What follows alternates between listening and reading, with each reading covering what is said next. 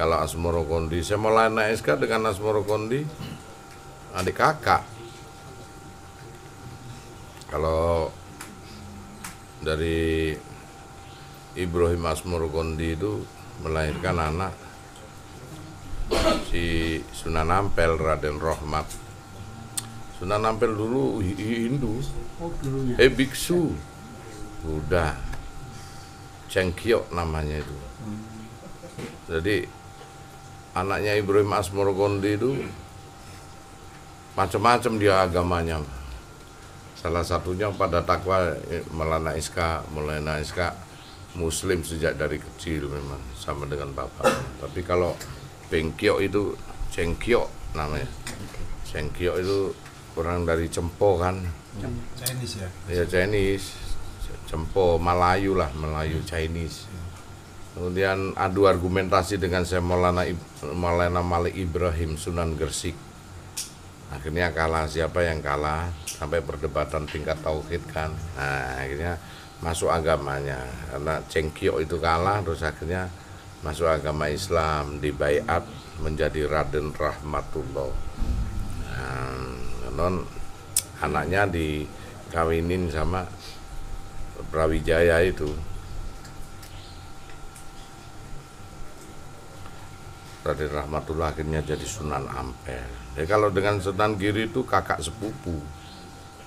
Pamane Sunan Bonang dengan Raden Mas Kosim, Sunan Derajat.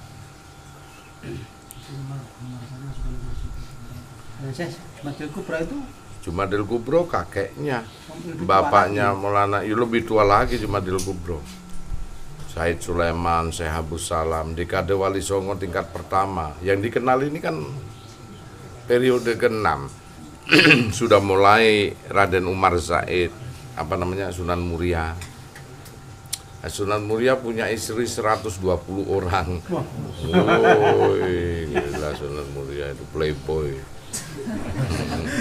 3 bulan baru. Iya. Baru ketemu. Sampai anaknya dia nggak tahu kebo siapa namanya? Lupa lagi. Ada sampai anaknya dia nggak kenal. Nah itu Gapura Majapahit yang dipindah di Gunung Muria itu kan anaknya Sunan Muria waktu itu. Kalau kau anakku betul tuh pindahkan gue Gapura itu dalam waktu semalam. Jam 12 sudah nyampe sana. Wah anakku temenan saking lali nih gua. Saking lali nih. Banyakan istri bojone sampai lali. Daniel Nabi Sulaiman 1400 istrinya. Terus kuke opo ngono rasane iku. Tiap hari minum sore ingat dia. Gak ngono nih lho pikiranmu gelatuk ini. Kalau kayak mau mampu ini. Lah ya itu urusan Allah itu wis gak kena ditebak itu. 1000 nih. Kalau Wira Suraya itu pripun sing mertua sing Ampren. Apanya? Mbak Wira Suraya sing Mbak Kariman iki pripun?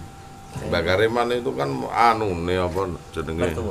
Mertuane Sunan Ampel. Nek Mbah Bungkul iku mertuane Sunan Giri. Bunghuk iku wong Jawa gak iso ngomong bunghuk ya Bungkul diantem ae wis. Oh, aslinya bukan Bungkul ya? Bukan Bunghuk, orang Kamboja semua itu. Makanya banyak kawin dengan putri Cempo. Sama dulu dikuasai Cina-Cina, di sini perdagangan kan dikuasai Cina sama. Dari dulu berarti sudah Dari dikuasai Cina, dulu, ya? iya, dari dulu.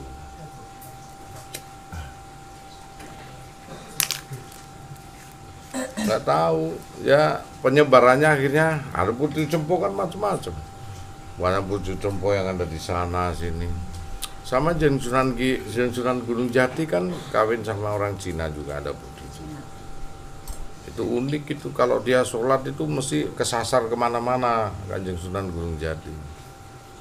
Makanya saya punya kelebihan waktu tirakat nang ngene mana ngeliyep iku iso kesasar nang Pelabuhan Ratu aku ono turunane nang kono. Kesasar iku dia sholat di depan perahunya digantel lu kesasar di Cina sana. Negeri tirai bambu. Akhirnya jadi tabib kan di sana hebat. orang-orang petinggi di sana itu nyoba Pak ceritanya, nyoba ilmunya orang seberang itu. Akhirnya yang satu ada raja itu, yang satu anaknya hamil, yang satu ndak hamil. Akhirnya suruh nebak yang satunya yang ndak hamil ini, kakaknya ini dikasih bantal. Dia bilang suruh nebak ini adik atau kakaknya yang hamil. Dia bilang kakaknya, padahal kakaknya cuma dikasih bantal.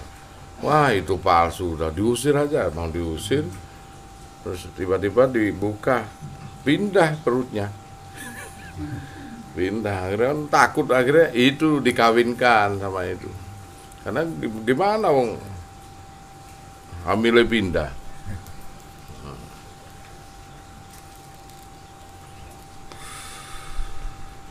Itu golongan leluhur biasa, genetiknya hampir sama.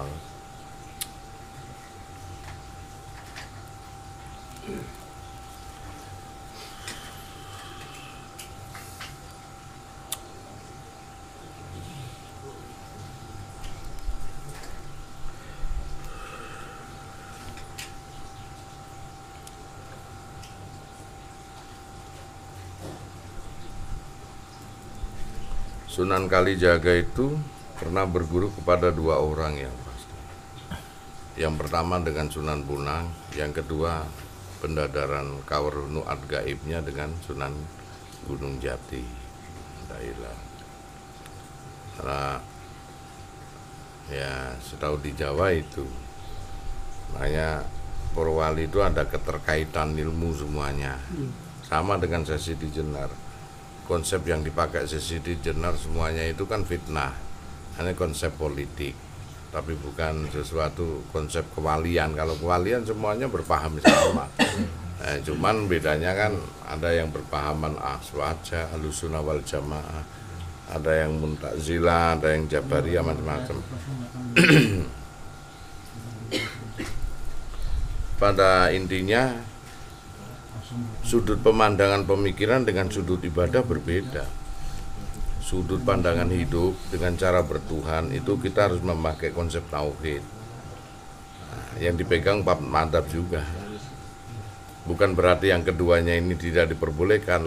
Lebih amannya orang Islam itu memakai aswaja yang dinukil oleh Ali Hasan Al-Asy'ari dengan Abu Mansur Al-Maturidi. Dari situ lebih aman. Dia hanya mengajari tentang Asmaul Husna, mengajari tentang sifatullah wujud kidam pakum mukulatul lilawatin cikyamu binafsihi, nah dan lain sebagainya mengenai tentang ihsan. Tapi konsep Jabariyah kebanyakan dilakukan oleh orang-orang Jawa.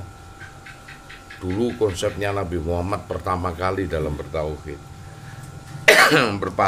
berpaham Jabariyah dan Mu'tazilah.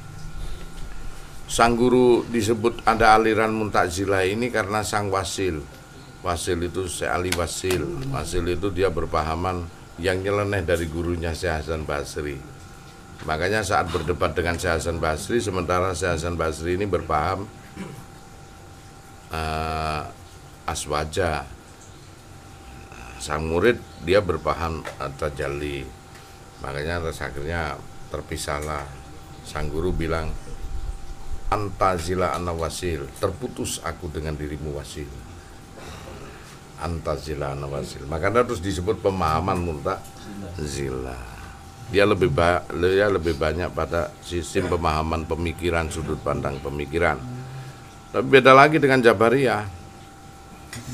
Nah, Jabariyah lebih ke dalam lagi, yang mana dia mengajarkan konsep ketuhanan lewat beberapa alam. Termasuk martabat bituhayan sabita. Dia mengenal akadiyat, wahdat, wahidiyat, alam arwah, alam ijal, alam ajasal, insanun kamil. Ada lagi yang kalau Mu'tazilah dia memahami tentang tahli, tawulli, tajalli. Dia mengajarkan tentang Baitul Ma'mur, Baitul Muharram, Baitul Muqaddas. Makanya konsep itu sulit kalau dari sudut pemandangan kita umat Islam. Kadang-kadang kita di pondok diajarkan tentang aswaja dari Ali Hasan Al-Asy'ari atau Abu Mansur Al-Maturidi. Nah, kalau sudah konsepnya seperti itu, menghadapi orang-orang yang Jabariyah dengan Mu'tazilah kebanyakan kepontal-pontal. begitu. Sama dengan ibadah makdo. Nah, dalam unsur ibadah dalam syariat Islam, dia memakai konsep 4 mazhab juga, Imam Syafi'i, Maliki, Abu Hanifah, dan Hambali. Nah, makanya ada 4 mazhab. Di situ mengatur tentang ibadah makdo dan muamalah bagaimana. Dari konsep Islam sendiri dari sisi dohir. Makanya disinilah yang perlu kita adakan persamaan dalam suatu perbedaan. Karena sudut pandang pemikiran itu berubah sesuai dengan pola pikir kita masing-masing dalam hidup beragama dan berkeyakinan. Karena keyakinan dari dalam. Kadang-kadang suatu konsep ini berbeda konsepnya. Kalau kita menceritakan tentang sisi kehidupan tapi memakai konsep ibadah, itu keliru. Itu keliru, nggak nemu. Padahal dalam sisi kehidupan sendiri bertauhid dan berketuhanan itu kalau kita memakai satu konsep saja, tapi kalau nempal dari sudut pemikiran yang berbeda, tidak mengarah. Yang saya menjawab ada orang yang bertanya tentang Jabariyah, kemudian harusnya kan dijawab Jabariyah. Kalau orang bertanya tentang Jabariyah terus kemudian dijawab sama Ahlussunnah wal Jamaah, nggak ketemu. Dia memakai Ali Hasan Al-Asy'ari, sementara ada yang memakai Jabariyah atau Mu'tazilah, nggak ketemu. Tauhidnya nggak ketemu, mentah. Hal seperti ini nggak boleh. Makanya dalam sudut pemikiran yang berbeda itu kita mengarah kepada sesuatu hal yang berbeda pula. Makanya kalau saya berdebat, ini konsepnya mengikuti siapa dulu. Sudut pemikirannya siapa, ataukah Jabariyah atau Mu'tazilah ataupun Aswajah. Kalau kita Aswajah kita jawab pakai Aswajah. Jangan terus kita Aswajah itu larinya ke Jabariyah, kocar kacir. Jadi kocar kacir. Ya untungnya saya itu mengenal semua sistem.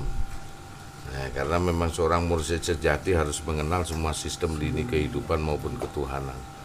Jadi kalau dia berbicara begini, saya berbicara begini, dia berbicara begini. Sebetulnya sama saja itu.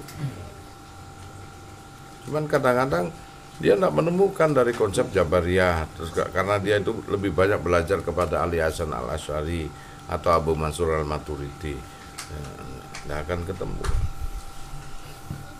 Itu ulama-ulama salaf gitu kan.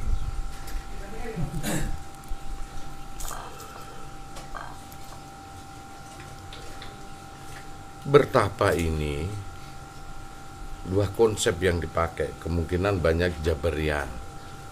Tetapi kalau konsep Aswajah, dia tidak mengajarkan sistem bertapa, tapi berzikir. Begitu.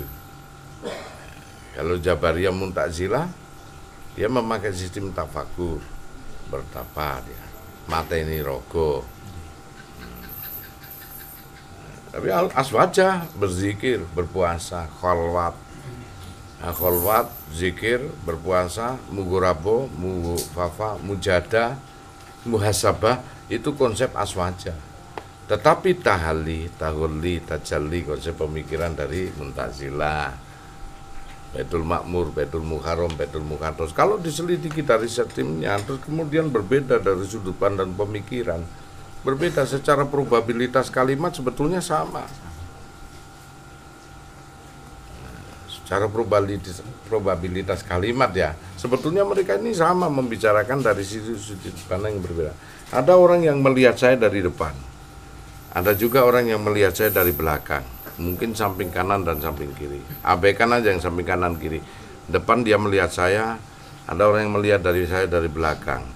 Terus yang dari depan cerita, hidungnya Gus Anton seperti ini, mulutnya ini, dia pakai kacamata ini. Yang belakang dia teriak, tidak ada matanya, tidak ada hidungnya. Tapi kedua sisi ini tidak menyadari bahwa melihat dari sudut pandang yang sama. Dia melihat satu orang saja. Makanya kalau konsep ketuhanan ini kocar-kacir kalau kita omongan. Sementara ada yang melihat dari depan, dia komplit bisa menyebutkan, ada yang melihat dari belakang. Dia sama-sama sumpah, demi Allah gak ada ajaran seperti itu. Demi Allah gak ada hidungnya Gus Anton itu ngono terus. Terus emang aku robot dulu. Yang semestinya harusnya belajar dari sudut pandang yang berbeda bagaimana sih di depan itu. Kalau saya di belakang seperti ini ya lihatnya, kalau di depan bagaimana. Nah, begitu. Makanya saking bingungnya dulu Gus Anton belajar 2 sisi. Bahkan 4 sisi ini belajar, memahami. Nah, jadi komplit. Ada di sini dikejar dari Naksabandia, di sini dari sekedar dari Kodaria, dari samping kiri kanan, dari Kejawen, dari ini ya komplit semua akhirnya mengerti. Ini kita bisa mengambil batas kesimpulan. Kesimpulannya begini, dari sistem kehidupan ataupun sistem cara bertuhan. Beda-beda. Orang Mu'tazilah banyak mengenal bahwa Baitul Makmur di sini ada dima, sak jurune dima ono utek, sak jurune utek ono pikiran, sak jurune pikiran ono nalar, sak jurune nalar ono terus itu ning sak jurune ning ono manikem, sak jurune manikem ono ingsun pengiran sejati. Semua ada konsep 7 di dalam Baitul Makmur. Demikian Baitul Muharram, hati, sak jroning ati ana kulbi, sak jroning kulbi ana kolbun, sak jroning kolbun ana kulbaha, hati yang paling dalam. Ya, yang mengetahui suara hati, sak jroning kulbaha ana ning, sak jroning ning ana rasa yang disebut manikem, sak jroning rasa itu tadi ada ingsun pengiran sejati. Ada. Ini konsep Mu'tazilah. Ada juga di Baitul Muqaddas. Nah, itu nanti akan dibuktikan sama Allah semua. Apa ya, kemaluan kita ontol sak jroning ono prinsilan suatu bukit, sesuatu hal yang untuk mencetak semuanya itu. Jadi prinsilan ono mani, sak jroning mani ono madi, sak jroning madi ono wadi, sak jroning wadi ono manikem, sak jroning manikem ono ingsun pangeran sejati. Itu konsep Mu'tazilah. Nah, jika bertemu antara laki perempuan maka jadilah kun fayakun, jadi seorang laki. Nah, semua manusia dibuktikan lewat Baitul Muqaddas. Ini konsep Mu'tazilah. Tahukah kamu siapa yang menciptakan dirimu? Apakah ia Allah menciptakan dengan tangannya kemudian dimasukkan kepada perut istrimu? Nah, dari situlah Anda nahnu. Kamukah yang menciptakan atau kami? Kenapa Allah menyebut dirinya kami? Karena sesungguhnya Allah sedang melibatkan bapak dan ibumu itu. Nah, disinilah konsep itu terjadi. Kalian pikir sekarang, bagaimana kalau ini dihidupkan bersatu dengan Muqaddas? You pikir. Mangasu mingising budi, mangasu malaning bumi, mamayu hayuning bawono, jalmu sulaksono, insanun kamil, sariro betoro. Jadilah kau manusia yang bijaksana, unggulan, manusia yang sempurna, sariro betoro siro dewa wali. Kalau dia bisa mempertemukan 3 konsep ini menjadi satu, maka sihir dia memakai Baitul Muharram, dia tidak pernah melibatkan Baitul Muharram, dia hanya melibatkan Baitul Makmur. Kita semua diberi contoh sama Allah dengan Baitul Muqaddas. Sangat rumit, sangat mendetail lagi. Di sini operasinya itu sudah jelas. Jikalau bertemu lanang lan wadon akan menjadi seorang tunang jabang bayi. Tapi jikalau percampuran itu tidak ada wujud anak, maka wadi dia akan menjadikan iman bagi iman bagi sang istri. Mandinya pun akan menyerap suatu sifat, manikemnya akan menyerap suatu rasa yang hampir bersamaan dengan sang suami. Konsep ini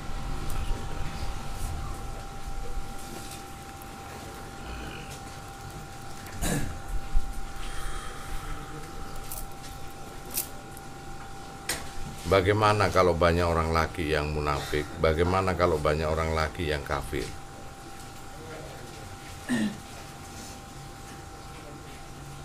Apakah dunia tidak dipenuhi?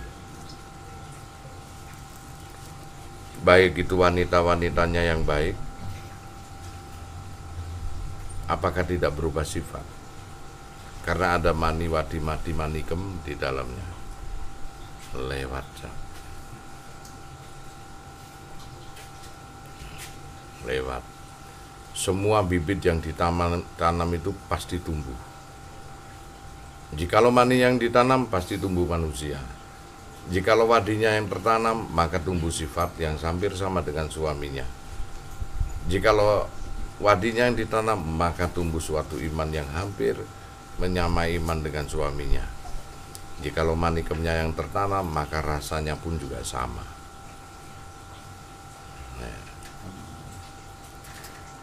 Jadilah dirimu kalau mendeteksi suatu pasangan itu tidak perlu nyelidiki lewat mata, rasa.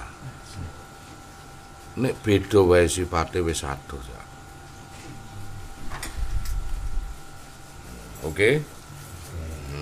Gampang apa kok nyelidiki kentaan duit. Zaman now nyelidiki pakai HP. Hah? Kalau zaman sekarang nyelidiki pakai HP gue. Dengan tempat-tempat ya gawat ini. Kau selidiki kalau dia lebih pintar juga pintar. Dan yang tidak bisa diselidiki itu rasanya. Kekuatan rasa mengalahkan segalanya. Kekuatan rasa itu. Ngapain kamu itu? Ini bukan makananmu. Makanan. Waalaikumsalam. Enggak. Begitu. Karena sesuatu orang itu mana yang kalah, mana yang menang. Kalau dia dikalahkan dia menjadi air putih, tawar. Tawar dia. Tapi kalau dia sang laki-laki ini berwarna merah ataupun hijau, sang perempuan berwarna air putih, maka apa yang terjadi? Dia akan sewarna. Dia sewarna. Tidak ada yang tercampuri itu tidak tumbuh. Nggak ada. Kalaupun dia tumbuh menjadi seonggok anak, maka sang anak tersebut imannya sama dengan bapaknya. Sifatnya pun juga tersifati. Juga rasanya akan tersifati. Yang itulah mani, wadi, madi, manikem. Tersifati semua. Konsep ainul yakin berbeda lagi.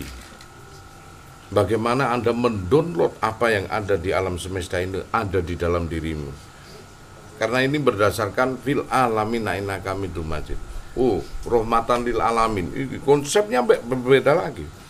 Kita mengenal ilmu yakin, apa yang dilihat, apa yang didengar, apa yang kita raba, apa yang kita rasakan, afala ta'lamun, afala tadakkarun, afala taqilun.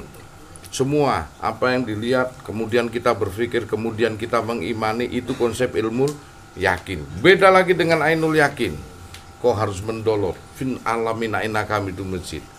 Nah, seluruh alam ini bahkan ada di dalammu. Kalau kita ini hidup zaman sekarang enggak menangi Nabi Muhammad, Allah enggak adil. Kita bisa menuntut kenapa kita enggak dihidupkan pada zaman Nabi Muhammad. Nah, kalau kau cari ini dengan konsep ilmu yakin enggak ketemu. Tapi kalau ainul yakin ketemu. Kalau limang yutalu fisabilillahi anwatu walayu walatasurun. Mereka yang mati di jalan Allah tidaklah mati melainkan hidup.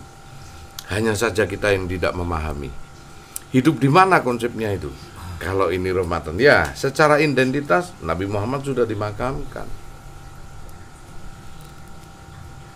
Tetapi secara personalitas itulah rasa kita. Rasulullah Rasulullah.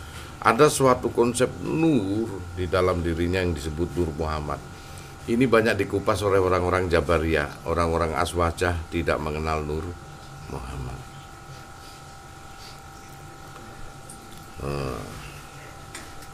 Nah, di situ hiduplah Nabi Idris di otak kita. asyhadu an la ilaha illallah. Hidup mendownload sudah ini. Nah, hiduplah Isa Rohulullah di nafas kita. Oh, tak akan mati Nabi Isa. Makanya kalau Nabi Isa mati duluan repot. Hiduplah kalam kita, Nabi Musa itu di kalam kita. Musa kalamullah, Isa Rohulullah.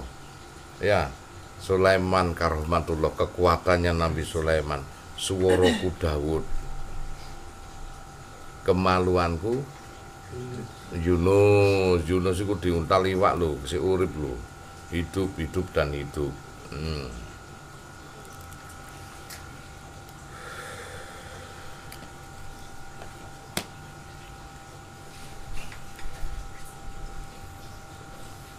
Makanya di Injil sendiri pun menjawab bahwasanya orang Nasrani itu menganggap Nabi Isa sudah meninggal kemudian bangkit lagi. Kita umat Islam tidak menyatakan itu, padahal di Injil pun juga menjawab. Maksudnya kejadiannya itu pun sama dengan Yunus. Nah, Yunus kan diuntal iwak juga nggak mati. Berarti kalau dikatakan kalau itu sama dengan Nabi Yunus, matikah atau tidak?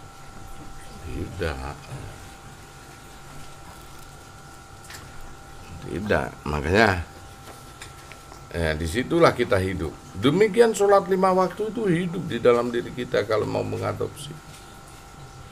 Kenapa 2 rakaat mengalami lam awal subuh sehingga Nabi Adam mengetahui badan halus karo badan kasar di dalam dirimu.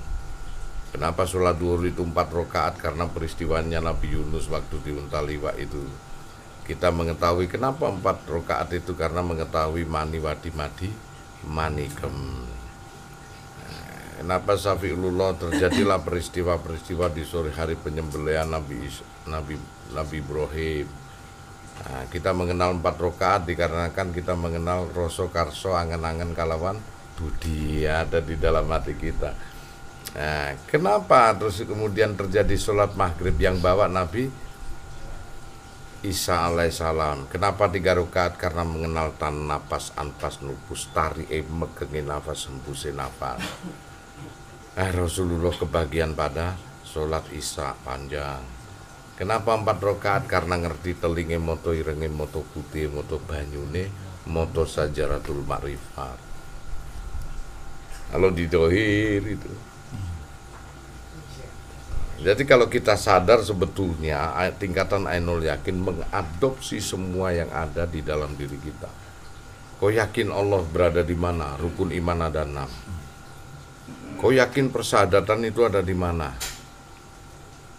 Ayo kita mengarah ke ilmu batin. Rukun Islam ada berapa? 5 ya. Balik TK meneh.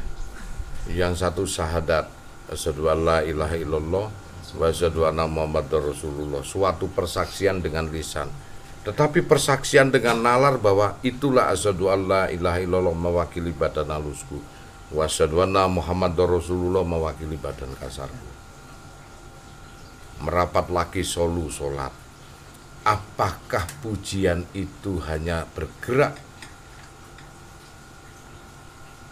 Oh, itu konsep dohiriyah. Bagaimana kau santun dengan ruku, bagaimana kau merendahkan diri saat sujud, bagaimana kau tetap imannya saat duduk, bagaimana kau berdiri saat beriman, tak akan pernah mampu diluk. Jadi konsep ini ada semua. Puasa syariatnya puasa, tidak makan dan tidak minum, dibatasi dengan waktu. Tetapi hakikat daripada puasa apa? Ngempecak, menahan diri dari hawa nafsu.